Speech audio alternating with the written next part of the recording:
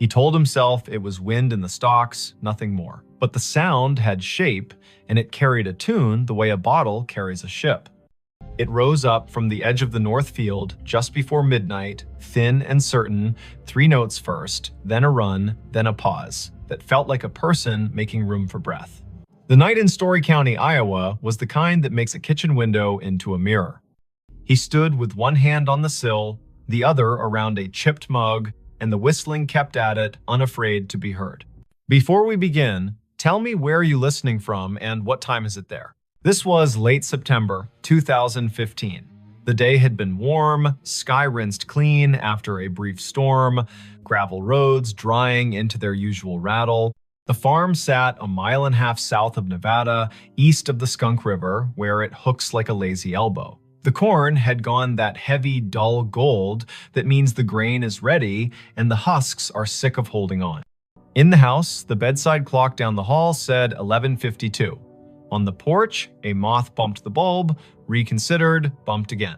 Merritt Dow listened and felt his scalp move, the way skin does when a memory gets up and looks at you.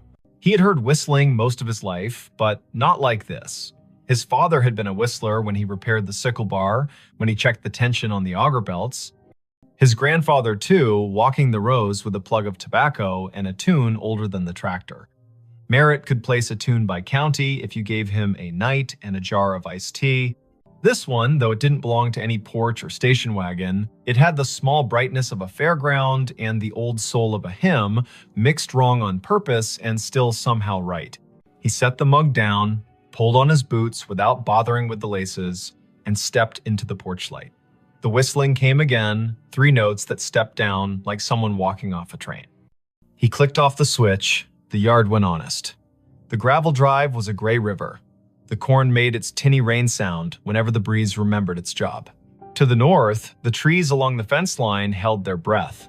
Merritt had a habit of heading toward curiosity as if it were a calf out past the fence that needed fetching. He took the flashlight from the hook, the heavy kind with a rubber grip, and checked the batteries the way a person checks their pulse. He told himself this was neighbor trouble, or a kid from town testing bravery on a Friday dare. He told himself this was what the night does to grown men when sleep holds them by the elbow and then lets go. He told Dinah, the old collie, to stay. She licked once, turned in a tight circle on the porch rug, and stayed. He crossed the yard, past the big maple that had survived lightning by pretending it hadn't happened, and stepped onto the headland by the north field. The first row took him in like a store's door chime. The stalks were tall and dry, leaves bent into knives. The ground was soft from last week's rain and held his boot prints as if for reference. He waited for the whistling. It came from farther in now, or the rows had changed the way sound bends when it's forced to choose a path. He chose a path. He took row 18, the one that ran with the slight slope and the way water teaches roots to drink. His father had run the planter careful this spring, GPS straight when the signal behaved, by eye when it didn't. Row 18 should have held like a rail, the stalks pressed against his sleeves. The flashlight beam drew clean wood into the dark leaves, bleaching white, silk like old hair, dirt a puzzle of last year's husks, and this year's pennies of mud. The whistling stopped. He stood still.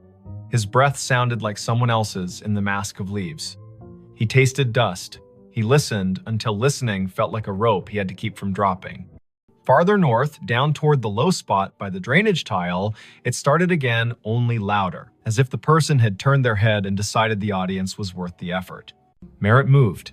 3 rows over, the tram line cut across, a packed strip where the sprayer had gone in June. He took it. The corn arched overhead, leaves flicking his ears.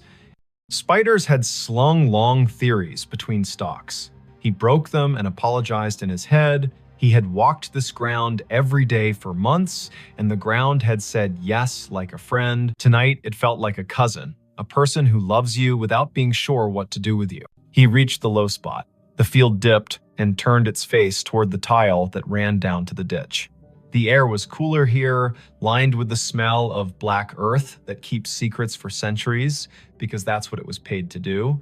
The whistling had gone softer. A trill rose up like someone trying to make light of an apology. Merritt swept the flashlight sideways. The beam caught the blue reflection of something small and glassy. He crouched. A marble. Blue, with a pale ribbon curled inside, half under a leaf. He touched it with one finger and felt the way glass feels when it learned patience waiting inside a pocket for its chance.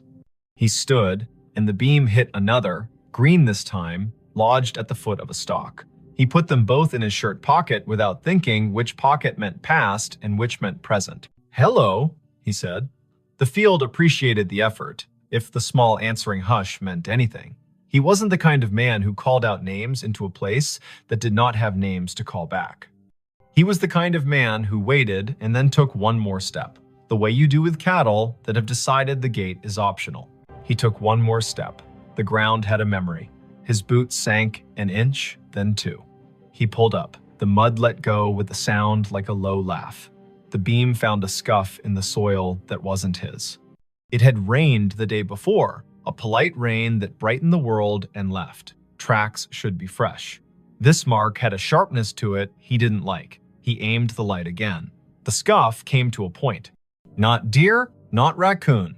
A toe of a boot slid sideways and corrected because the body above that boot had decided to remain upright. The field held that story and did not mind telling it.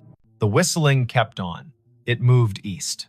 Merritt moved too, allowing the rows to push him into the old waterway nobody planted because it cost more to argue with a ditch than to go around. He hit the bank and paused. The sound was close enough now to feel the mouth that made it, the slight wet at the end of notes, the breath through teeth. Above the ditch, on the fence line, a scarecrow leaned into the moon like he had been invited. Merritt had dressed him in a flannel shirt in July to keep the birds from laughing outright. Now the shirt's checks looked like an argument. The hat had blown off sometime in August. The steak had a twist in it the way wood does when it was alive and insists on a personality after. The scarecrow whistled. Merritt's body did not move in the way of cartoon men. He did not jump. He did not fling the lights so hard the beam went to the stars. He stood, the way a person stands when what he sees insists on being nothing but what it is. He put the light on the scarecrow's painted mouth. The paint was flaked, the smile wrong on purpose. His father's old gloves were nailed to the crosspiece, fingers bent into permanent work. The straw at the neck had learned the shape of wind and refused to unlearn it. The tune came again from behind the scarecrow, clipped by fence wire and field. He played the beam along the fence. This line had been his grandfather's. His father had repaired it across 3 winters, one staple at a time, using a hammer that had bent 100 nails and 100 more. Tonight, a single strand lay loose between posts, a neat cut at shin height made by someone who liked clean work. Beyond the fence, the other place. Neighbors in the country are closer than people in town and farther away. The acreage to the east had belonged to the Kesslers once, then to the bank, then to a man who installed irrigation pivots with a speed that made the county whisper. Then it's Saturday. The pivot circle kept a gargoyle symmetry in the daylight and turned to bones at night. The whistling came from inside that circle, not far, an invitation or a dare. Merritt climbed the fence by habit and dropped into the tall, ragged grass beyond. His flashlight skipped over metal. The pivot tower rose where the corn had been cut early for silage. A ladder led up to a catwalk that had not been used since a summer of drought and cheap diesel. The sky put someone else's stars over everything. Under the ladder sat a cooler the color of a toy, lid askew, ice melted into a cold thought. 2 bottles lay on their sides. The labels had lost interest in staying on. He touched one. The glass was warm, warmer than the air deserved. He called out again, a different word this time. Friend. The whistling answered with the same run of notes. He followed the sound around the base of the pivot. His light found Cobb's nod down to the spindle by raccoons with principle. He found a folding chair with only 3 of its 4 screws willing. He found a playing card gone into the dirt, face down forever. He did not find a person. The corn from the other side rustled, a polite cough. He turned. A taller shadow leaned out from where 2 rows had been pushed apart. The flashlight found denim, boots, the hem of a coat cut square. A hand. The skin had the tint of rural men, year-round, sun-washed, wind-scoured. The fingers were long and still. The hand did not wave. "Evening," Merritt said. He stepped closer. The shadow stepped back. The hand slid into the rows, as if hiding from a photograph. The whistling receded down an aisle of stalks, clean and straight as a hallway. He went after it. Later, he would say he never chose to follow, and he would not count that as a lie. The rows insisted. The sound invited. The night did what it always does when a person leaves a safe light and enters a place built to fit bodies only one at a time. It made a mouth and decided whether to swallow or to speak. The field spoke directions in leaves. He followed until the path tried to teach him regret, and his feet refused to be taught. At the heart of the pivot circle, the ground sank another foot. He stumbled once, caught himself against a stalk so dry it cut his palm in a clean straight line. He swore, quietly, with vowels only. The whistling had slowed. It drew out a single note and hung it in the air as if asking him to name it. He named it Unkind. He turned off the flashlight.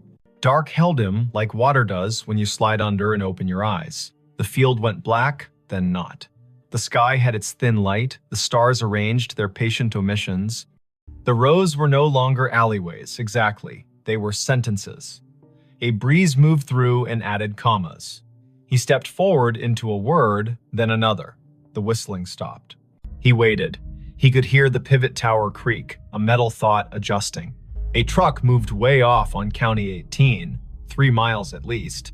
Tires with thick voices, a man's radio too loud in the cab because the night drives its price down for everyone. He waited until the waiting was its own problem. He reached for the flashlight. The beam hit denim again. Close.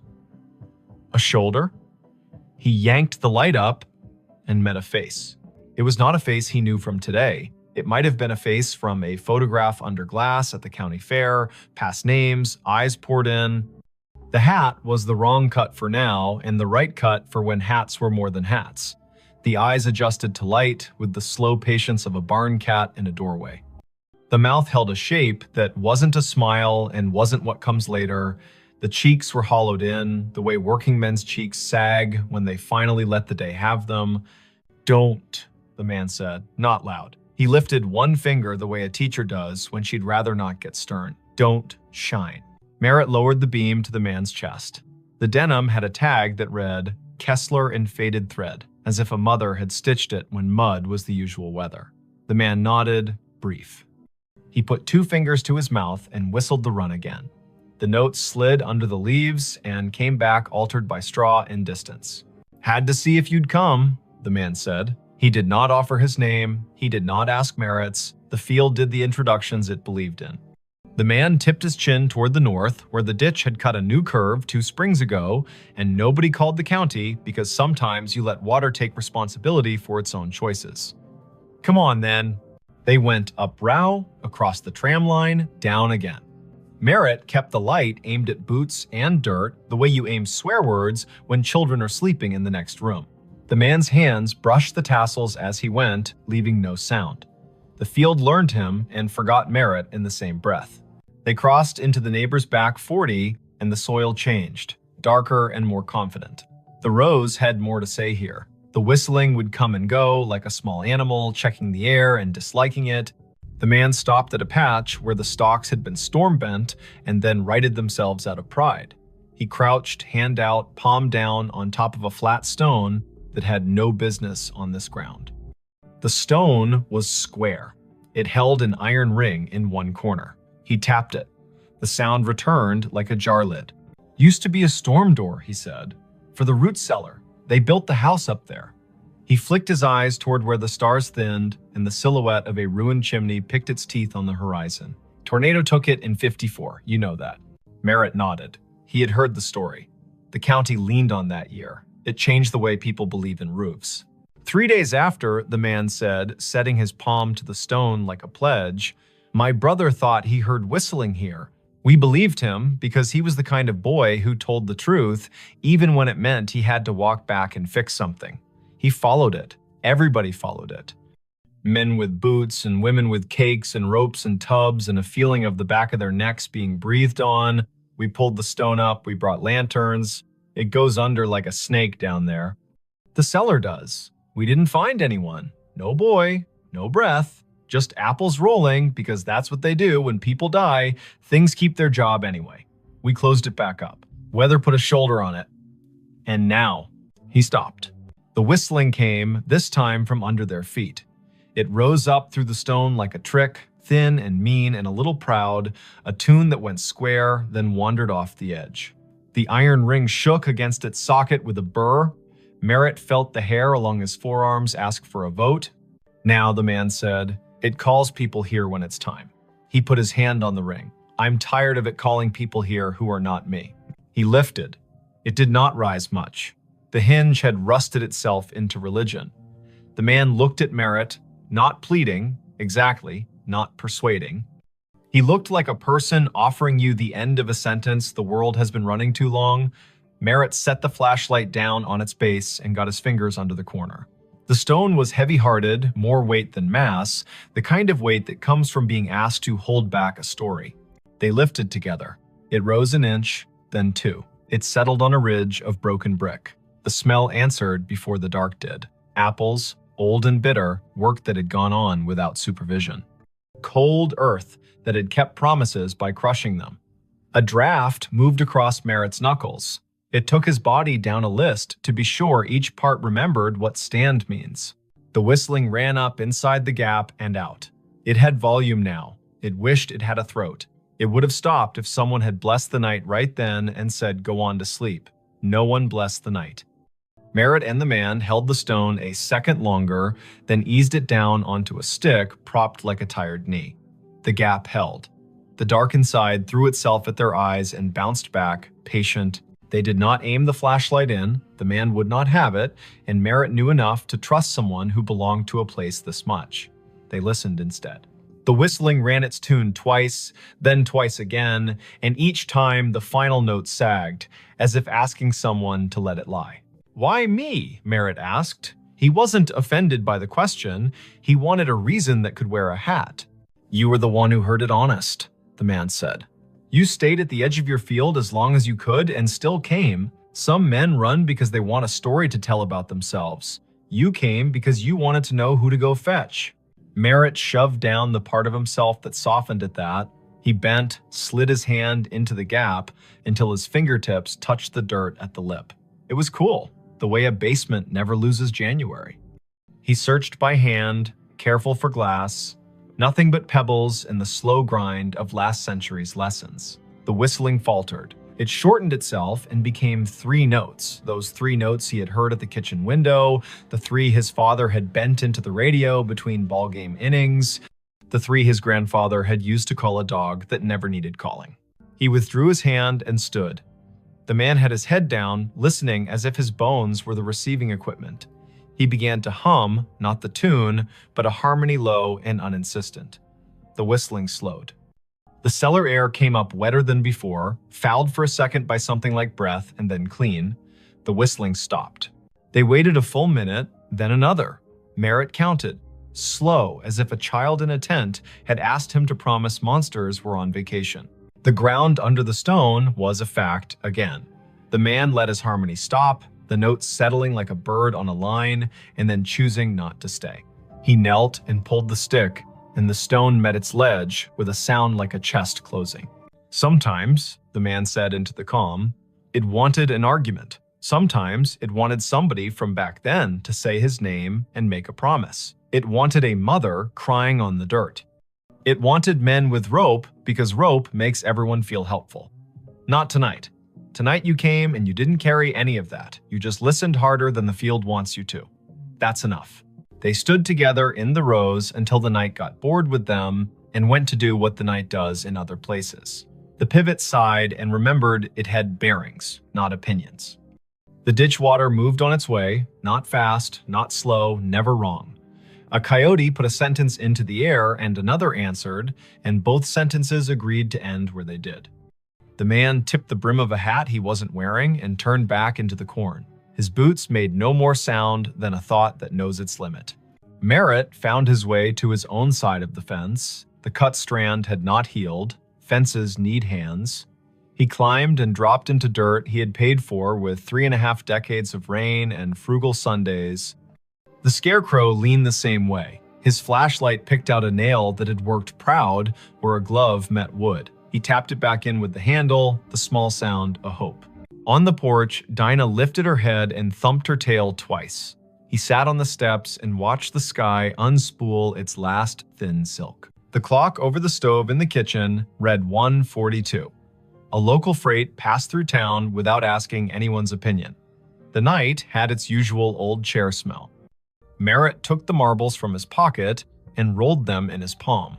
He did not take them in the house. He set them on the porch rail, 2 small moons that decided to belong to weather again. He slept in the chair by the door with the light over the sink left on because he was still old enough to do what his father had done and still young enough to want a reason for it. In the morning, his neighbor from across County 18 pulled into the drive with the casual angle of men who do not use turn signals because everybody already knows where they're going. Otho Vale had the kind of face that had learned to tolerate sunlight and other people's plans. He stepped out, looked toward the north field, then at the porch where the marbles caught the first slant. He paused. "Thought I heard it last night," Otho said, as if they'd been in the same dream and had already agreed on the parts to keep. "I didn't come. I was afraid if I went, I'd bring the wrong thing with me. You go." "I went," Merritt said. He poured coffee into a cup that had chipped the day his daughter drove away, with her car full and her eyes wider than they had any right to be. He handed the cup down. "There's a stone out there. You know it." Otho nodded. "Been there longer than you and me combined. Some things are a door, and some things are the breath you take before you knock." They sat without sitting, Otho leaning on the post, Merritt half on, half off the iron chair that had belonged to his wife's aunt, and squeaked like the first word of gossip. The morning took the night apart and put it away neatly. The field did what fields do after an event. It pretended nothing had happened and invited you to harvest. By 10, the co-op truck rumbled up, the driver wearing the resigned cheer of a man who deals in averages for a living. Merritt walked the headland with him, pointed at moisture readings that lied slightly, agreed to pretend the numbers were written on a blackboard by someone with authority. He did the work. He did it until the work forgave him for wondering what else he might be supposed to do. That evening, he repaired the fence where the strand had been cut. He pulled it tight and stapled it with his grandfather's hammer because you use the tools that know your hands. He hammered in 3 staples and left one in his pocket so the fence would remember there is always one more job and it can't get cocky. He checked the pivot base out of courtesy to the machine. He replaced nothing. He spoke to no one. The sky went red behind weather stacked to the west, Kansas doing its job of sending clouds as if on purpose. For a week, the field behaved. The wind laid down its sheet music neatly. The coupe truck counted out grain like blessings. He slept at the proper times and did not wake to odd hours with the feeling of someone whistling at the edge of his life. The marbles stayed on the porch rail until a grackle knocked one off and it rolled into the peony bed and took up residence there like a kindness. The other slid into the pocket of his jacket and made friends with a nickel and a screw. On the 9th night, just after the 10 o'clock news told its last hurries, he heard the 3 notes again quiet, like acknowledgement, not summons. He walked out to the north edge and stood with his hands in his jacket, listening. The breeze had a bite, the first hard frost would be soon. He unlocked the gate at the lane and left it open for an hour, for no reason at all anyone else would endorse. He closed it again out of habit and walked back slowly, because a person should walk slowly sometimes or the land will feel cheap. He did not go back to the stone unless the sound asked, and it did not. He did, however, leave a small jar on the porch rail next to where the marbles had Saturday. It held nails, the good kind, old, with heads like pennies. Every day when he came home, he put one in his pocket, and every day when he went out after supper, he took one back to the fence line and put it in a coffee can under the scarecrow's torn shirt. Nobody told him to. He liked the weight exchange. He liked that fences need reminding and that the world is not improved by a man who ignores a slack line because his thoughts are more interesting. October reached both hands across the month and pulled. The trucks came and went. The harvest went well enough that he stopped thinking about what could have been if it had rained 4 more afternoons in August. He slept, he woke. The whistling did not return in any way that made him leave his chair. He began to tell himself he had imagined a portion of it, as a man will do when a thing does not ask for money or apologies. Near Halloween, his daughter called from Cedar Rapids, a night shift at the hospital, voice folded with fatigue and the kind of joy that remembers to leave room for the day. He told her about the fence and the harvest and the brakes squeal on the auger wagon that he had decided to live with until January. He did not tell her about the cellar. He would, maybe, when she brought the little boy down for Thanksgiving and they stood by the ditch and talked about frogs like a miracle. He would, maybe, if the field asked them both. In late November, after the last corn went into the bin and the bin talked in its sleep, the county put on its winter color. The field showed ribs, the ditch showed its honest bottom. The wind took one of the scarecrow's gloves, and Merritt did not replace it because some things are beautiful at half done. He walked every line of his ground one afternoon with the sun low and the temperature willing. At the fence, by the pivot circle, under the coffee can where he had been giving the fence its nails, he found a small thing. A train ticket for a child, maybe, not used, edges scrolled by, damp and patience. The print read, Nevada to Ames, 2 bits. He turned it over. On the back, someone had written 3 notes the way some people know and others never will, little ovals marching up and down a ladder of lines. The ink had migrated slightly into the paper, the way memories do in older heads. He put the ticket in his pocket with the nickel and the screw in the marble that had refused the peony bed. He looked toward the stone without moving his face much, because a person does not want to give a field reason to brag. He said thank you into his jacket as if the cloth were a helper. He walked home. Winter did what it does. It scoured the county down to the essentials. It made the roads into suggestions and the kitchen into a chapel. It put the sound of the furnace into his bones and the number of snow shovels in the garage into a bigger argument than necessary. The whistling came once or twice in a blow that turned the mailbox into a hooded thing, and when it did, he stood at the window and let it be. The way you let a neighbor sing one verse of a song you only half like because he is your neighbor, and you hope the reverse is also true. When spring returned, hesitant and then reckless, he walked out to the stone once in daylight. He stood there like a person does when he's about to open a letter he has already read. He put his hand on the iron ring, and the ring chose not to move. He felt only cool metal and the idea of a door. He said the name of the boy he thought must have once practiced whistling there, not loud, not soft. He thanked the man with the Kessler tag for nothing and for everything. He went home and planted, because that is the part of the story a farm writes to remind itself the ending belongs to the ground and the beginning belongs to the same. If you ever hear 3 notes carry clean from a field at midnight, and you are the kind of person who can tell the difference between wind and a message, remember this. The first step into the rose is a promise. Don't make it if you intend to perform yourself for the dark. Bring only your boots, your breath, and your willingness to be the person who will go fetch, not the person who will tell about fetching. Don't shine your light straight into old places unless someone who belongs to them asks you to. Lay your hand flat on what needs closing. When a tune that has wandered too long finds its last note, let it. When a door that has been heavy learns again how to rest, do not hire that door for different work. There are states where cornfields wear their ghosts like belts. There are ditches whose water knows the names people set into it. There are stones that have been held down by weather and held up by stories. There are men who can whistle and men who cannot, and both kinds do well if they listen. And sometimes, in a county that owes as much to wind as to family, a man with a flashlight and an old dog asleep on the porch will follow a tune into the rose and come back, having left something that doesn't need his hands anymore. When he sits down again, the chair will squeak in the key the field prefers. The kitchen clock will softly argue with the refrigerator about seconds.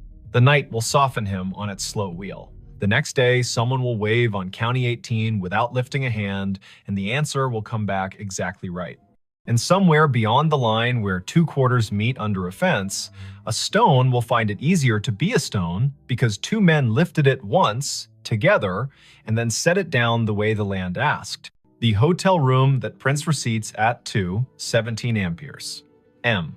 The first night, the receipt printer woke her. It coughed once in the dark, warmed its little brass roller, and began to spit out a strip of thermal paper that glowed faintly like a cigarette behind cupped hands. The room clock said 2:17 in pale blue digits. Vesper Klein lay very still in bed 5B at the Scissortail Hotel, a brick-walled midtown remnant on North Boston Avenue in Tulsa, Oklahoma, and listened to the tiny buzz and chirp as the machine printed, paused, and printed again, as if it were resuming a conversation it had been having without her for years. Before we begin, tell me where you're listening from and what time is it there? She had checked in late after a client dinner that went long on promises and light on dessert. The year was 2019, early November. The air outside clean after a narrow band of rain slid through, and the sidewalks shone like varnished stage floors. Vesper was 33, a freelance systems tech who patched networks for small hotels that couldn't afford to be down and couldn't afford to hire someone full-time. She traveled with a canvas tool roll, a spare router, a zippered pouch of adapters that looked like a magician's deck, and a mug with a hairline crack she liked to think of as its signature. The Scissortail was her kind of place.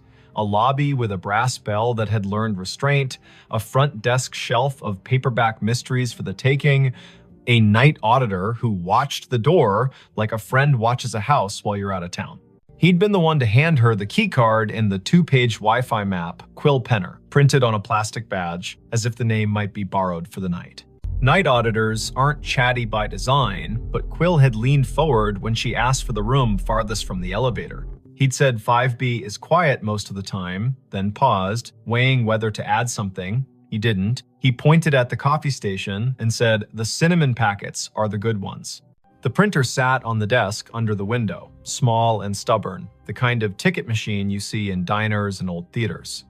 No USB cable trailed from it, which made Vesper grin in the dark because devices without visible leashes are both a challenge and a dare. The narrow receipt paper advanced in 2-inch bursts.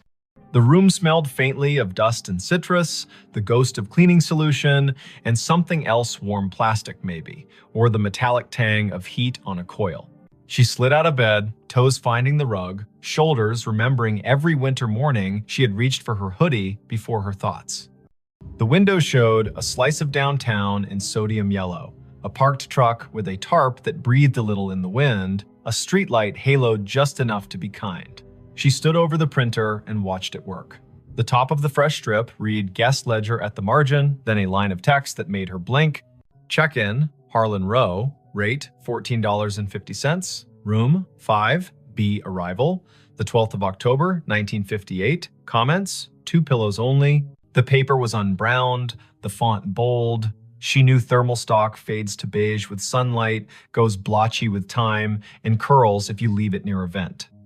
This looked new, but the data was from a year you had to say out loud to make it believable. The printer hummed again and produced another line. Check-in, Odetta Meyer. Rate, $12, room 5B. Arrival, the 4th of May, 1957. Comments, traveling with songbooks. She tore the strip and laid it flat on the desk, then pressed a finger to the cool plastic of the printer, as if touch might confess what the eye couldn't. The machine did not shake. It simply waited, polite as a clerk, with more to say. At 2:23, it stopped. A little green light near its only button winked twice like a made-up code. Vesper set the paper on a coaster, lay back down, and stared at the ceiling where the streetlight's slatted glow made a grid like a rehearsal. In 2 minutes, the heater clicked, the mini-fridge answered with its own throat clearing, and her body did the sensible thing it does when a problem cannot be solved and the hour is improper, it slept. Daylight always rationalizes the night. Vesper showered, dressed, and went downstairs with questions arranged in her mouth as if they were items on a parts list. Quill stood behind the desk with a pen balanced across his knuckles like a small seesaw. Room 5B printed receipts at 2:17, she said, like a person reporting a minor plumbing miracle. She slid the strip across, he read it, eyes moving left to right once, then again slower. He did not touch the paper, as if touching would make him complicit in whatever time wanted. He leaned in. You know how old buildings have old anchor points. You hang a new painting, but the wall still remembers the nail. He lowered his voice. That room was a manager's office back when this place was the Francis Motor Lodge. They kept a ledger in there, typed out receipts on a half-width machine bolted to the desk. At close, they printed a roll of check-ins for the night, tore it, and rubber-banded the strip to the hardback ledger. Quill tapped the counter. Once, twice. I've heard the story since I was a kid, but the machine in that room was long gone when the Scissortail bought the building. That, he nodded toward the strip, is a thermal ticket printer from the last decade. We put it in to spit bar tabs during wedding weekends. He smiled without humor. The bar's downstairs. He told her what he knew, which was more than most people get for free before 10 in the morning. 2 nights a month, irregular but stubborn, the printer in 5B came alive at 2:17 and printed names from when the room was an office, and the office took cash, and the cash came with a handshake, and sometimes a song. Housekeeping had tried unplugging it, but the little machine held on to its paper and its green light like a dog holds a ball. Engineering had replaced it with a new unit. The new unit learned the trick too, as if the wire in the wall had a voice. Once, a manager put the printer in another room. It printed in the other room. At 2:17, Vesper asked the question an auditor would ask, "Why 2:17?" Quill lifted a shoulder. Night audit on the old system rolled at 2. The manager, a woman named Adelaine Merritt, he wrote in her diary, he gestured toward the wall where black and white photos of the old Francis hung in frames. The audit took 17 minutes most nights because the room charge calculation was slow. He winked, a habit to soften hard edges. That's what the Haunted History Tour says anyway. My grandmother worked housekeeping here in the 60s. She said Adelaine was the kind of woman who could silence a room by looking at a clock. Quill slid the strip back to Vesper. I don't put much stock in anything that prints on its own. But I don't stay in 5B either.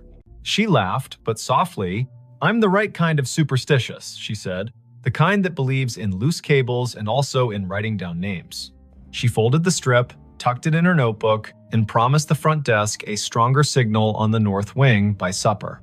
Work made the morning sensible. Vesper crawled into the equipment closet on 5, balanced her laptop on an inverted bucket, and watched packets move in tidy lines across her screen. The Scissortails network roamed like a polite guess slow if you needed it to be fast. Fast if you weren't asking. She pushed a firmware update, tuned channel widths, stood on a chair to re-angle a ceiling antenna the way you point your head to listen better. Lunch came from a food truck with a chalkboard menu and a line that made the air smell like cilantro and good intentions. She ate on the loading dock, the sun finding her cheekbones and telling her to stop worrying about things no one pays you to worry about. The second night, the printer coughed at 2:17 on the dot. The room's clock, which she had not trusted since it flashed 12:12 after she plugged her phone charger, matched her wristwatch exactly. The printed strip listed names again, 5 this time, each with a rate that made the era plain. Miguel Corrado, Della and Sten Bay, Bellamy H. Cross, Traveling Sales, G. Whitlow. The comments field sometimes added a phrase that felt like a quotation. Traveling with songbooks, baby sleeps light, keep the radio low. She tore the strip and laid it beside the previous one. The heater ticked its approval. She sat cross-legged on the rug, laptop open, the printer's power cord draped across her thigh. If it's a room ghost, she murmured, it should ignore me. If it's a network ghost, I may as well listen. Her laptop saw the printer as a simple thing on the subnet, a networked ticket device with a default login and a queue history that should have been empty and wasn't. Vesper scrolled. A job log rolling back months logged exactly 2 entries each night with the flag source, Legacy. Someone had written a silly little module into the Scissortails aging property management system, a module that echoed old file structures for nostalgia tours during October. She'd seen that kind of thing done for fun. But this module contained descriptors she didn't recognize. Ledger spool, carriage return key, ribbon jam. These were words from a different machine. The audit program triggered at 2. The ghost queue called itself at 2:17. She checked where it pointed. The path wasn't a path, it was a device ID that didn't match any modern naming scheme. She pinged the device. No answer. She traced the MAC. The vendor code came back to a company that died before the internet had central registration. That made her skin feel too tight. In the morning, white coffee cups clacked, and the lobby television played low, the weatherwoman pointing at a band of storms where storms like to form. Vesper asked Quill if there were schematics for the old building. He pointed to the office behind the desk. Ground plan framed on the wall. Maybe useful. The hotel had been 2 buildings stitched at the seam. The Francis Motor Lodge on the east, a narrower annex that used to be a savings bank on the west, joined by a flyover corridor at 3 and a clumsy arch at 5. Room 5B sat where the old bank manager's office once had been, according to a penciled note at the edge of the plan. There, a scrawl, printer niche, in lighter pencil, spare line to basement. Quill warmed to the problem the way night auditors do when daylight invites them to be citizens. He called maintenance. A man named Orson arrived in a polo with his name stitched in blue and a toolbox that had its own opinions. Together, they moved the desk in 5B 6 inches and then 3 and exposed a painted-over conduit hole at the baseboard with a thumb-width chase running down into the wall. Orson whistled between his teeth. "That's no Romex. That's armored cable from a generation that believed steel could keep time." He tapped the baseboard with the handle of his screwdriver. It answered with the hollow ring of an old closet. In the basement, they found the closet where the spare line went to not exactly die. The air was colder down there, humid the way the past is humid. A metal cabinet stood against the wall, padlocked, a gray panel humming like a neighbor practicing scales. Orson tested the lock with a pick he swore he hadn't lost. The door swung open. Inside, another little printer sat, twin to the one upstairs, its power indicator dark, its paper roll neat as a submitted term paper. A thin cable ran from a bracket down into a conduit box with 2 stories to tell. One was modern CAT cable, patched to the scissortails switch. The other looked like fabric-insulated wire on lead. Orson touched it with reverence and withdrew his hand. "You shouldn't be alive," he murmured to the box. Then he turned to Vesper. "Want me to pull the breaker for this room tonight at 2:15? See if it stops." She shook her head before she quite knew why. The motion felt rude. "Let me listen once more," she said. "Then, if it's a loop, we cut it." The third night, nothing is supposed to happen. Patterns prefer 3 as a way to make you distrust them. Vesper made tea in the room kettle with the cinnamon packet Quill had sworn by. She texted her brother a photo of the printer and a caption that read, "Haunted Bar Bill." And he sent back the shrug emoji that meant, "I love you, but weirdness is your brand." At 2:17, the printer began, but this time the sound rode a breath of air cold enough to raise her arm's small hairs. She stood close enough for the paper to curl against her knuckles and read each line as it arrived. Check-in, Adelaine Merritt. Rate, comp, room, 5B. Arrival, the 12th of October, 1958. Comments, night audit. She reached for the strip and her fingers trembled, mildly, like a person handed the microphone at a small funeral. The machine whirred without printing for a count of 6, then resumed, the font just a touch lighter. Check-in, Quince Palmer. Rate, $9.50. Room, 309. Arrival, the 12th of October, 1958. Comments, meeting at dawn. The room held its usual choir, fridge, heater, hallway, ice machine. 2 turns down, but behind it all, she heard a soft clicking. Not printer, not clock. Keys. The slow press and release of typewriter keys. Somewhere not in the room and not far enough away. She froze, because freezing is a way of letting more senses work. Her body made itself a listening instrument. The keys whispered. Again, 3 strokes. Pause. 2. The printer spit a final line. End of ledger. Prepared by A. Merritt. Time, 2:17 amperes, M. Vesper did what the body asks. She sat on the bed with the strip in her lap and waited for her breath to level. It did. The heater ticked, the fridge purred, the typewriter stopped pretending, the sound folded itself up and slid under the door. She slept because being a person who works with systems means you've learned to stack your fear on a shelf when there's nothing urgent to do with it. Morning turned the printer into a device again. She took the strip down to the desk. Quill stared at the word comp and the name he had heard his grandmother say on summer porches when the heat wanted out of the day. He asked to borrow the strip to show his manager, a woman with the fast walk gait of someone who plans 2 days all the time. The manager's name was Letha Croft, and she looked at the strip like a problem that could be solved with a memo. She was polite and firm. "We have tours on Fridays for the people who want goosebumps," she said. "We prefer to keep the goosebumps from rewriting our Google reviews." Vesper smiled, a tight little smile that said, "I won't post, I don't do that work, I just want to know what the wire knows." Letha sighed. The Scissor Tale was a college internship that never ended for her. The building was her thesis. She pointed at the framed photo behind the desk. Adelaine Merritt, hair pinned like a decision, stood at a wooden desk the size of a Buick, hand on a ledger book, face turned to a camera that had learned to respect her. The caption read, "Francis Motor Lodge, C1959, Night Manager." Letha lowered her voice. Family lore says Adelaine died at her desk in 2003 after the building had been empty 6 years because she refused to move a box when the bank wanted it. The family had the key to the back door from the old days. She snuck in sometimes to straighten things that did not require her. A neighbor saw her light. By the time anyone checked, the coffee had gone cold and she'd written the date on a yellow legal pad with a line under it, like an anchor. I don't know if the story is true. I do know names have a way of using rooms until you say them out loud and then they rest. That afternoon, Vesper sat on the floor of 5B with her laptop and a coil of patience. She sniffed the packets between server and printer and saw the little ghost job present a string of bytes at 2 minutes past 2, announce itself as ready at 2:16, and request the queue at 2:17 with a line that included a date spelled in words, not numbers. October 12. She set a capture to record it tonight. She did not know what she would do with the proof, but the act of capturing felt like putting a box around a wild thing without requesting its death. The fourth night, she did not sleep. At 2:16, the room gathered itself. At 2:17, the printer began.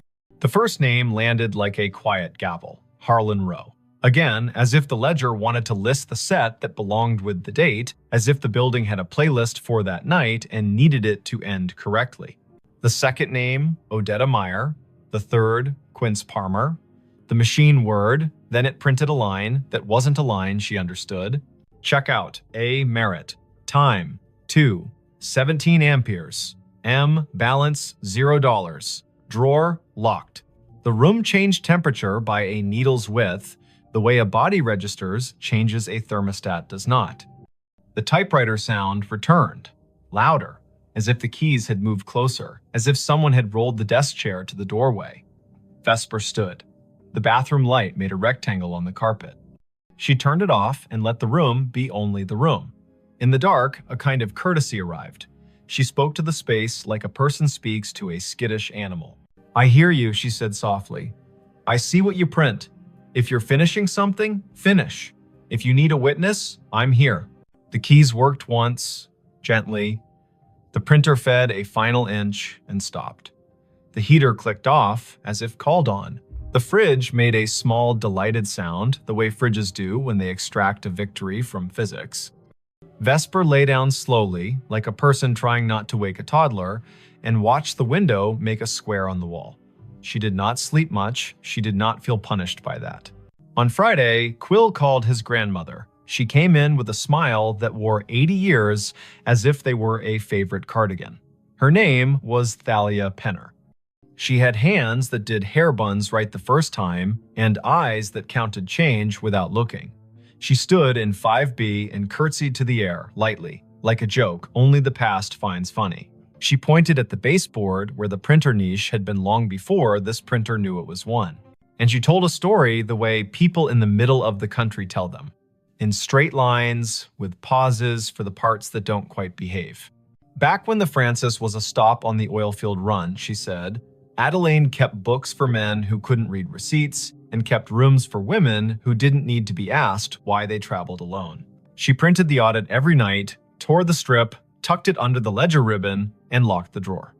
Her niece said she was proud of how long she could do the math in her headroom tax, city tax, discount for the flood man whose boots never dried.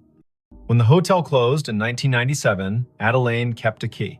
In 2003, she came in one last time to make the numbers even. She wrote the date, she drew a line. She put her hand to her chest like she was looking for a pen and fell as neat as folding a shirt. The firemen took 10 minutes to arrive. I put flowers on the door, and then the bank put a new lock on the door, and then time put dust on the lock and years on us all. Thalia reached out and touched the printer as if it were the hem of a dress in a department store window. Adelaine believed in drawers that closed, she said.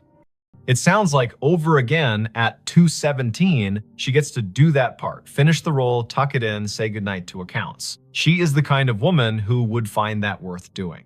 Vesper spent Saturday building a workaround that no manager had asked for and no ghost could be fooled by.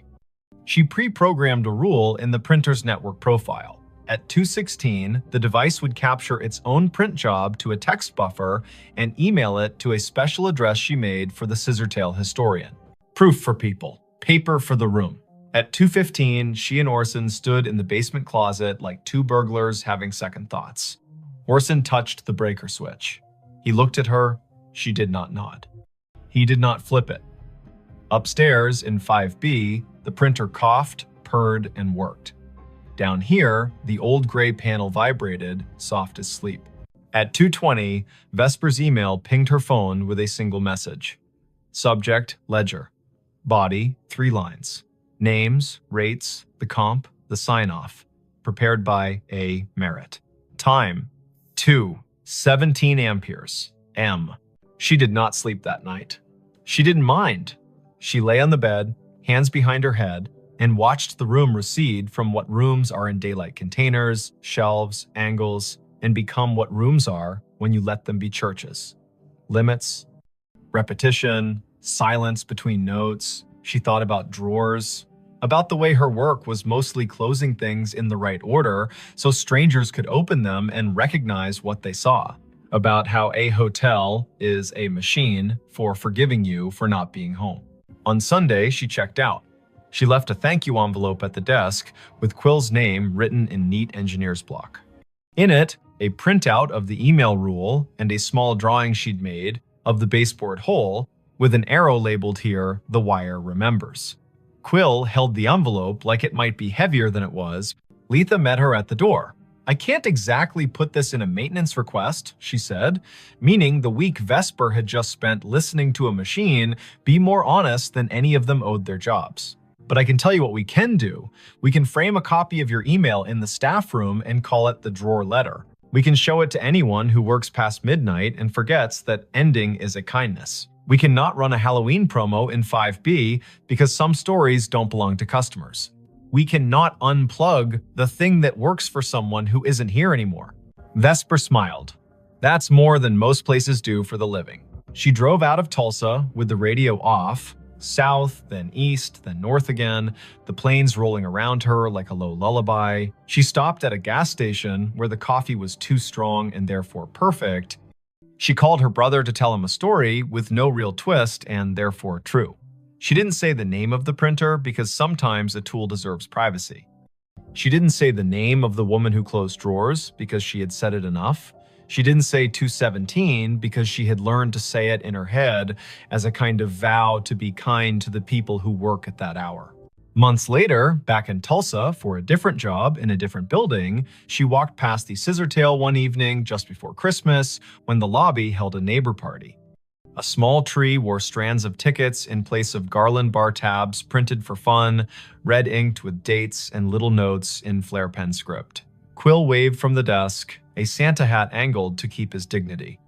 Letha stood by the fireplace talking to a city inspector whose expression said he had learned to sleep at last. On the stair, a woman in her 50s, adjusting an ugly sweater, looked at Vesper in that way strangers sometimes look at one another, as if they had agreed to be in the same hallway before they were born. Vesper stopped in for a minute. She drank cider from a paper cup. She left before anyone could ask for a funny story with a good ending. She slept at a chain hotel by the interstate where the printer in the lobby spat bills for bottled water and where midnight meant nothing in particular. At 2:17, she woke and smiled at the ceiling, not because any machine had called to her, but because she had trained her body to stand witness for a time that belongs to other people. She poured water into a glass and listened to the small sound it made when it met the bottom, hollow turning to full. She said the name she had been given as if returning a borrowed book. She slept again. If you ever find yourself in a hotel room and a device on the desk prints at a time that sounds like a secret, do what Vesper did. Don't yank the cord. Don't film it for the internet like proof is a currency and this is your chance to spend. Sit up, put your feet on the rug, read the names if names arrive. If you can, make a rule that gives the living something to hold a copy, a note, an email to a person whose job is to remember. Then, let the room have its paper. Let the drawer close. Say thank you to the time that isn't yours. The night staff everywhere will feel it like a hand they don't have to see. And if you must know, it goes like this. The little green light winks, the paper unfurls. The names Harlan, Odetta, Quince, Adelaine roll by, small and austere and whole. The room changes by a breath, the heater stands down, the fridge on duty hums, the typewriter in the wall or the idea of a typewriter slides one last carriage to the right and returns. The drawer locks. The ledger for that one night balances again. You will not have been asked to fix anything. You will not have been asked to believe. You will have been asked to witness. A job that counts. When dawn smears light along the window, when the city yawns and rolls, when the night auditor hands the keys back to daytime and goes home to sleep in a room with a plant that knows their voice, you will have been part of the smooth that makes this complicated world possible. Somewhere, a printer coughs once more, polite as always, and waits another 24 hours to do what it knows on the dot without apology. If, later, someone asks why a small hotel on North Boston Avenue keeps a finicky old ticket machine in a room that could rent for $2 more without it, you can say this. Not every device has to justify itself in money. Sometimes a machine is a ritual. Sometimes a ritual is a receipt that proves someone was here and did their work and went to sleep. And sometimes, at 2:17 in the morning, a woman who once locked a drawer she loved gets to do it again, which is as reasonable a reason as any you'll hear for anything that persists in this country, shaped by roads, rooms, ledgers, and the soft insistence of people who finish what they start. The call came in on a Tuesday at 4:32 in the afternoon, late October. The sun already sliding behind the Blue Ridge, so the hollows of Shenandoah darkened early. Ranger Aislinn Keats was parked at mile marker 47 of Skyline Drive, just north of the Rapidan turnoff, a paper cup of station coffee cooling in the cup holder, and her radio tuned to the quiet channel they used for backcountry check-ins. The speaker breathed. Static arranged itself into a voice that did not sound like any of her crew. Before we begin, tell me, where are you listening from, and what time is it there? Aislinn turned the volume wheel a notch. Out the windshield, the ridge was drawn in crosshatch, oaks and hickories going copper, the sky a pale thing you could scratch with your nail. The voice came again, precise, as if it were reading off a card. Fox Hollow base to any unit on the east slope, child missing, male, age 8, name Harlan Whitcomb, last seen near the Old Stone Spring House above Corbin Run, weather degenerating, Hurricane Hazel expected to push in, winds rising, request all available, time is 16:30, October 14, 1954. The radio clicked off into snow. Then, faintly, the same message, identical down to the breath before the name. Aislinn stared at the handset. Their base was called Piney River Dispatch. Their tower names were Pinnacles and Hazeltop and Big Meadows. No one in the park had used Fox Hollow for decades. Her training cracked its knuckles. She keyed the mic. Piney River to unknown unit. Say again. Who is calling Fox Hollow base? Silence laid itself over the car like a thin blanket. Beyond the glass, a crow moved from one bare snag to another as if demonstrating a diagram. The wind was a steady push from the southeast. Hazel. The word gave the hairs on Aislinn's arms ideas. She stepped out and let the door swing shut. The air had that warm edge you get before a storm that started somewhere else. Leaves chased each other along the asphalt, then lay down. In the trunk lay her day pack, a spare radio, and a copy of a paper map creased along the places everyone folds them. She slung the pack, checked battery levels, turned the spare to scan. The main radio kept its sulk. The spare found chatter from Big Meadows about a flat tire near Lewis Mountain, then returned to quiet. The old voice did not return. Aislinn keyed in to dispatch. Piney, Keats at 47. I caught a transmission, sounds like a vintage call. Reference to Fox Hollow, child missing near Corbin Run, date October 14, 1954. Could someone check the archive on that, see if we have a historical incident report? The dispatcher was a steady woman named Karen, who did not make noises she did not need. Copy, Aislinn. Stand by. Aislinn leaned on the hood and looked east, where the hills tumbled like knuckles, all green and copper and shadow. She had worked Shenandoah 5 seasons. She knew the way the ridges spoke when you asked them right. She also knew radios lie sometimes, bouncing off ducts of temperature and skipping across layers of ionized air like stones. She had heard voices from fire towers that had been torn down before she was born, and a farmer yelling to his brother on a frequency no longer assigned to anyone. She had never heard a date pinned to a hurricane whose name lived in the county's memory like a scar. Karen came back. We have a typewritten Keats, Incident 1954-H, filed at Piney River. Hurricane Hazel, multiple rock slides, a missing person in the Corbin area, that name you gave. It is a cold file. It does not say recovered. I repeat, not recovered. No remains located. Not closed. Aislinn pressed the radio to her shoulder until the plastic complained. Copy. Can you send scans to my phone? I'm heading down to the Corbin Run access. If anyone else is close enough to meet, let them know. There was a pause, a little breath that was not static. Karen's voice softened a shade, the way people do when the past finds a way to ask for your time. Sending now. Watch your footing, the trails are a mess of marbles with the leaves down. Want Dupre from Hazeltop on, stand by. Affirmative. Aislinn slung the pack across her back and looked once more at the ridgeline. A truck from Fleet rumbled past, the driver lifting 2 fingers off the wheel in that rural benediction. Clouds had started as a rumor and were now themselves. The Corbin Run access was a gravel pull-off hidden beneath tulip poplars that had learned to whisper. Aislinn eased the truck in sideways and cut the engine. She took the trail with her boots, making small promises to each rock. The stream voiced itself down the hollow knit of last week's rain and this afternoon's melt of a single stubborn snowpatch in a shadow under a ledge. The map told the story of the lower springhouse, a square of stones where water had been convinced to behave. Above it, a ledge with a scatter of quartz chips, the leftovers of older hands doing older work. Aislinn kept an ear on her radio and the other on the creek. She caught the place where trail forgets itself and becomes deer. She found the old springhouse, its stones asking to be counted. She touched the edge of the low wall with the kind of gentleness reserved for quilts and engines. She did not say the boy's name. The afternoon pulled its shoulders in. The radio breathed again. Same cadence, same careful voice. Fox Hollow base to any unit on the east slope.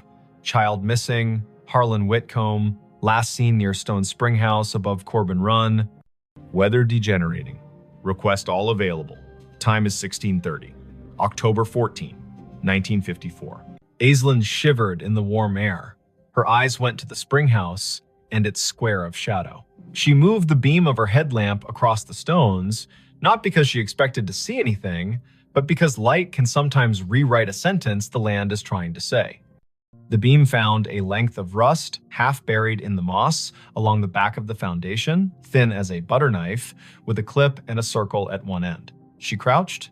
A whistle. Army surplus, by the look of it. She teased it free, the moss unwilling to let it go. The metal had pitted and softened into a river-colored thing. She wiped it once against her sleeve, then regretted the act. Her radio clicked and made a sound she had not heard in years. A squelch from another era. Karen came back on. Keats. Dupre is on the way from Hazeltop Tower, 20 minutes if the drive is kind. Archives show the boy was last seen by his father near the spring house, yes. The father left him to fetch his jacket from the car. Weather shifted, heavy gust pushed through, child gone when he returned. Tracks lost near the ledge above the run. 2 days of cruise, then Hazel brought the flood and they stood them down. The file has letters from the mother, 2 years after, asking if anyone found anything she could hold. Answer stamped no. Aislinn looked at the whistle in her hand, then at the spring that fed the run. The water wore a sheen of leaves thin enough to count. She keyed the mic. Found a whistle near the spring house. Will bag it. Doubt it has any forensic value after 6 decades, but a photograph might matter to someone. As she spoke, a figure eased out of the trees upstream. A man in the brown and green of a ranger uniform, but the cut of it was wrong in a way you can feel even if you do not have the words. The shirt had pockets like ideas, the hat sat stiff as a rule book, he carried a strap radio that looked like a lunch pail with an antenna. He exhaled, then stopped when he saw her. "Ma'am," he said. There was a formality in the syllables, like church on a day that hurt.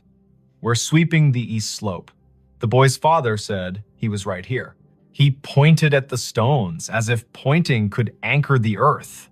Aislinn stood very still. The man's face had the smoothness of someone who had not yet had reason to learn what whiskey was for. His name tag said M. Elwood. His shoulder patch bore an American shield with a tree she did not recognize.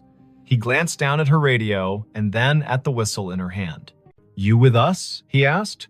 "You with Fox Hollow?" Aislinn's throat did the dry swallow of a person whose mind is faster than her words. "Yes," she said, because yes was easier than telling a man with a lunch pail radio about the word digital. "I heard your call." "Where are your lines?" "At the ridge," he said, puzzled by the question. "We got men cutting sign along the deer trails. We got women at base keeping track of names. The disaster man out of Charlottesville told us Hazel will give us until dawn and then gone." He looked past her to the ledge, his jaw a small square against the warm air. "Mother is at the church in Syria, not the far one, the one with the bell rope that sticks. She keeps asking if he had a jacket. She wants the question to be a fact." A gust moved through the trees on some business of its own. Aislinn felt the air change around the bones of the rocks. The man looked at her again, and the little muscle at the corner of his mouth twitched. "Your radio," he said. "You get this out to anyone else."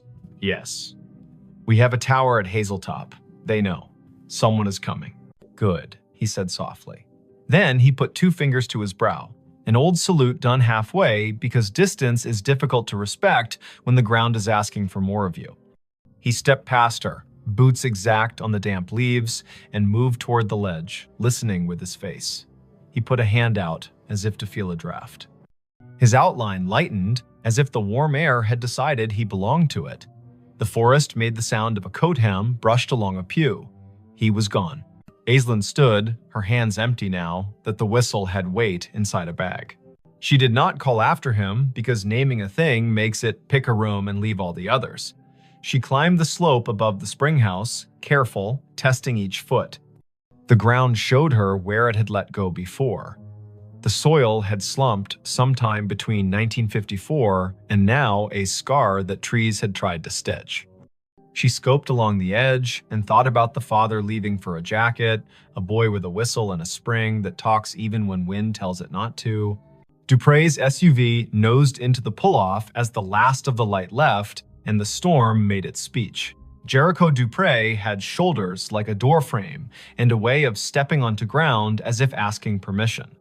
He carried 2 headlamps and a calm that turned wind into a task rather than a threat. "You heard it too," he said, by way of greeting. "I did, twice. Then it came again down at the spring house. I found this." She held up the bag. The whistle swung on its string, dull as an old firmament. He took the bag and looked as if it could tell him how to think. He listened. The wind pushed down the hollow. The radio hissed, then thought better of it. He nodded at the ledge. "If it were mine to write," he said, "I would say, slip." The file says gusty before Hazel. A child with a small sense of infinity walks the line twice to see if the sound changes along the water. It does. He steps where the deer stepped, and the hill remembers it owes the river a favor. Aislinn told him about the ranger with the lunch pail radio. Jericho had been in the park long enough to have a story for everything and to respect none of them fully. Fox Hollow was an unofficial name for the old maintenance yard near Syria in the 50s. He said, the way a person does when they are agreeing with the possibility of a ghost to be polite. There is a cinder pad there with the marks of 4 posts, like a tower. The radios would have been handsets the size of a Bible that could make clouds sound like news. People back then wrote reports thick with nouns. They did not trust adjectives unless a man had bled. He held the bag with the whistle for an extra breath. He set it in his crew pocket. They searched until rain made the ground decide to be a different kind of ground. In light from their headlamps, the trees stood at attention, counseling caution. They ran a short line grid above the ledge, more to be able to say they had used the dark well than because they expected the earth to give up a long-ago truth for free. At 9, the radios called them home before the lightning made the argument personal. Karen met Aislinn at the office with a printout. The file had been scanned, crooked, and the edges were black, where the copier had tried to keep history from fraying. The incident commander's name was printed in a firm hand, M. Elwood. A note in the margin had been added later in pencil. Mother moved to Luray in '67, father deceased, no closure letter sent. The pencil note was signed with a small initial A and a dot. Aislinn slept at the bunkhouse with the radio on her nightstand like a dog. She dreamed that paper flapped along a clothesline strung between trees, and she walked the line, reading every letter, her feet lined up on the rocks of the run, the paper turning to leaves as she read. At 3 in the morning, she woke to the noise a storm makes when it finally accepts its job. The world beyond the window went white, then black, then white again. She turned the volume down to half. She watched the rain write gloss on the sill. The radio stayed quiet. At 10, the day pulled itself together into rags. Aislinn drove down to Luray to a blue house where the porch had a swing, and the swing had 2 cushions that had learned how to be rain. She had a name from the file and a phone number that still worked, to her surprise. A woman in her 80s opened the door with the careful welcome reserved for officials who might be good news or could be kind even if they were not. "I am Aislinn Keats," she said, ranger with Shenandoah. "I am here because a storm pulled a thread and we saw where it ran." The woman corrected her posture and straightened the collar of her cardigan as if a story would take her picture. "My name is Tilda Whitcomb," she said. "We did not know how to leave him there, so we stayed. I have a loaf of banana bread that forgot the raisins on purpose if you are the kind of visitor who does not mind crumbs." Aislinn sat at a round table so clean it looked like a rule. The banana bread was honest, the tea was strong.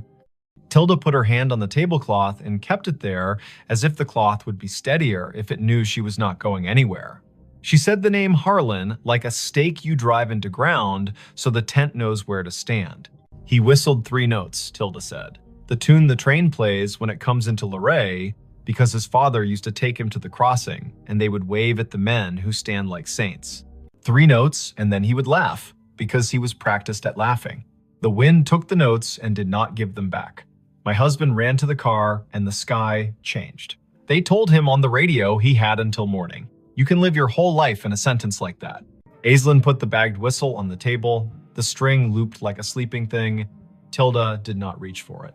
She looked at it as one looks at an old photograph that has learned how to move. "I did not get a letter," she said, and smiled small to prove she was not accusing. "I understand how papers behave. I was a clerk before my hands forgot to love the carbon paper. I suppose I wrote a letter in my head every day for 2 years. Then I stopped asking out loud. You cannot keep asking the same question without turning into a different person." The whistle sat, silent, older than most of the kitchen. Tilda looked out the window, and the window looked back. A red cardinal landed on the feeder and told everyone, rudely, that it had arrived. Tilda laughed at the bird, and the laugh made her look like a photograph of herself. Aislinn asked about the ranger named Elwood. Tilda's eyes softened. "Martin Elwood went to our church," she said.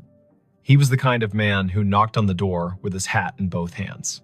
He brought us a bag of oranges at Christmas and apologized as if the oranges had failed to be children.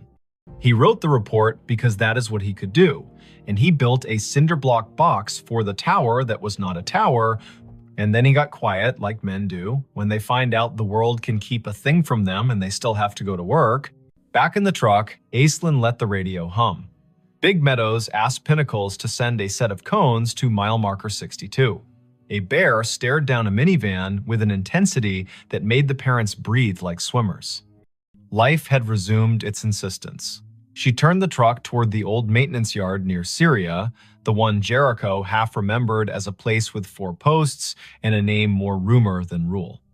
There was a cinder pad there for sure, now half invaded by chickweed and ambition. Someone had collected beer cans along the edge and arranged them by brand into a timeline. Aislinn walked the perimeter and crouched at a corner where the concrete had spalled enough to show a rebar smile. She brushed the dirt aside with one hand. A penny lay there. The year was 1954. She laughed, because a park and a story will sometimes give you too many symbols and you have to choose which to be corny about. The wind rose toward evening. The radio stayed in this decade, obedient and dull. Aislinn drove the ridge road, watching the color slide toward Bruce. Back at the office, Karen handed her a thin envelope with a stamped return address that made Aislinn's scalp feel like it had learned something. It was from an amateur radio club in Harrisonburg, a man who had heard the show Aislinn, sometimes called During Slow Nights, the one where listeners told stories of radios hearing the wrong things on purpose. "We pick up oddities when the weather steeps the air," the man had written. "Old distress calls, ham tests bounced off airplane wings, bombers from the 40s practicing." Once, a train dispatch from 1960 rolled through on a rain so thick you could chew it. There are names for this, and none of them explain it. The way I think of it is this: time breathes shallow near storms. If a voice was loud enough once, and the same air returns, you might hear a ghost that is not a ghost. Not dead, not alive, just not finished talking. That night, Aislinn drove down to Corbin Run one last time with a single job. She stood by the spring house and held the whistle. She did not put it to her lips because it belonged to a mouth that had done its work. She set it on the stone in the square of water smell and said a sentence Tilda had given her permission to say. "Harlan, your mother sits with a red bird and forgives the form and the weather. We leave you where you are, not lost now. We know the place that held you. We will name it even if the stone refuses to." Thunder argued with a ridge to the west. Aislinn picked up the whistle, tucked it back into the bag, and snapped the bag shut the way you close a letter you cannot ignore any longer. Her radio breathed and then found words. "Fox Hollow Base to any unit on the east slope. Search secured. Weather has moved us. We will resume when it lets us. Families headed to shelter. If anyone finds a whistle, mark the spot. End of report, October 14, 1954. Aislinn lifted the handset to her mouth and did not speak. The silence she chose felt like respect, not fear. She held the radio until the voice faded into the music of rain. Then she climbed the hill back to the truck. The park wrote its own ending. Winter stripped the ridge to bones. Spring came with its first